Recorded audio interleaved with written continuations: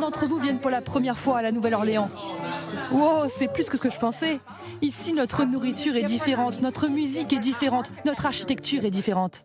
Ce matin, c'est dans les cuisines de la fantasque chef Pat que 60 visiteurs s'apprêtent à expérimenter pour la première fois la cuisine de la Nouvelle-Orléans. Laissez-moi vous dire quelque chose. Ici, on cuisine avec des ingrédients locaux et de saison. Tout vient historiquement des recettes françaises. Et cela a ensuite été cuisiné à travers les siècles par les mains expertes des esclaves africains. Vous êtes prêts à voir tout ça?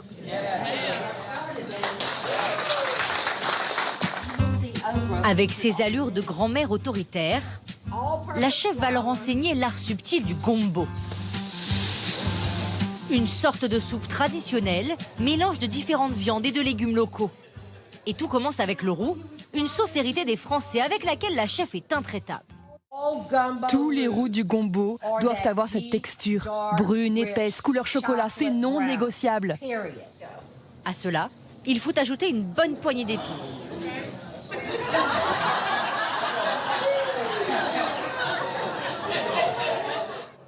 Au final, une explosion de saveurs typiques de la Louisiane.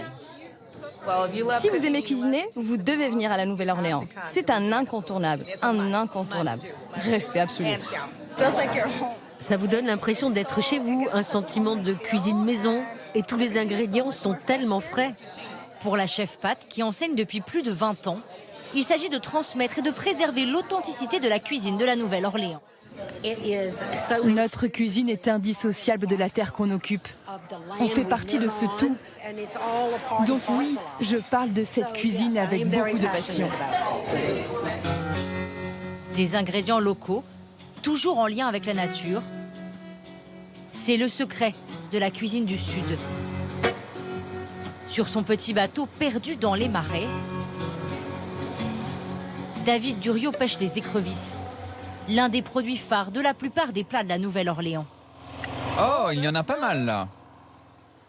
Une tradition familiale, car ces crustacés ont d'abord été attrapés et cuisinés par les premiers colons français, puis par les familles pauvres de la région. Il y a toujours eu des écrevisses partout, dès qu'il y a un bayou ou des marécages. Donc les gens les ont pêchés. Et cela servait à nourrir leur famille. Et puis les cuisiniers français, comme mon arrière-grand-mère, faisaient des écrevisses à l'étouffée, bouillies ou des bisques. Désormais, ces crustacés se retrouvent à la table des grands chefs. Gus Martin a appris à cuisiner les écrevisses d'abord dans sa famille, puis auprès de chefs français renommés. Je prends cette partie-là, c'est la chair qui est dans la queue. Et ensuite, je rajoute du piment de Cayenne, des oignons en petits dés et de l'ail. Aujourd'hui, son étouffé à l'écrevisse est considéré comme le meilleur de la Nouvelle-Orléans. La sauce est très riche. C'est vraiment bon. Et en même temps, j'adore les écrevisses. Et pour ceux qui ont encore un peu d'appétit après tous ces plats, il reste un passage obligatoire, le marché français. C'est ici que les visiteurs viennent déguster les meilleurs beignets à la praline de la ville. C'est très sucré et moelleux à l'intérieur.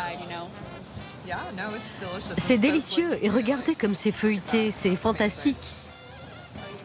Pour sa recette, Rob Harrison s'est inspiré de la pâte à croissant. C'est la meilleure bouchée de la Nouvelle-Orléans.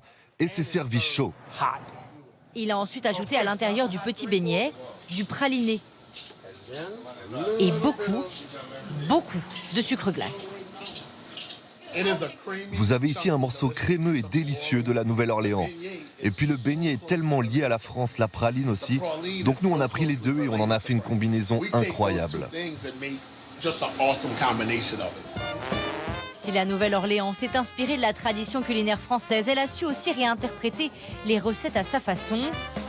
De quoi élever la ville au rang des meilleures scènes gastronomiques du monde.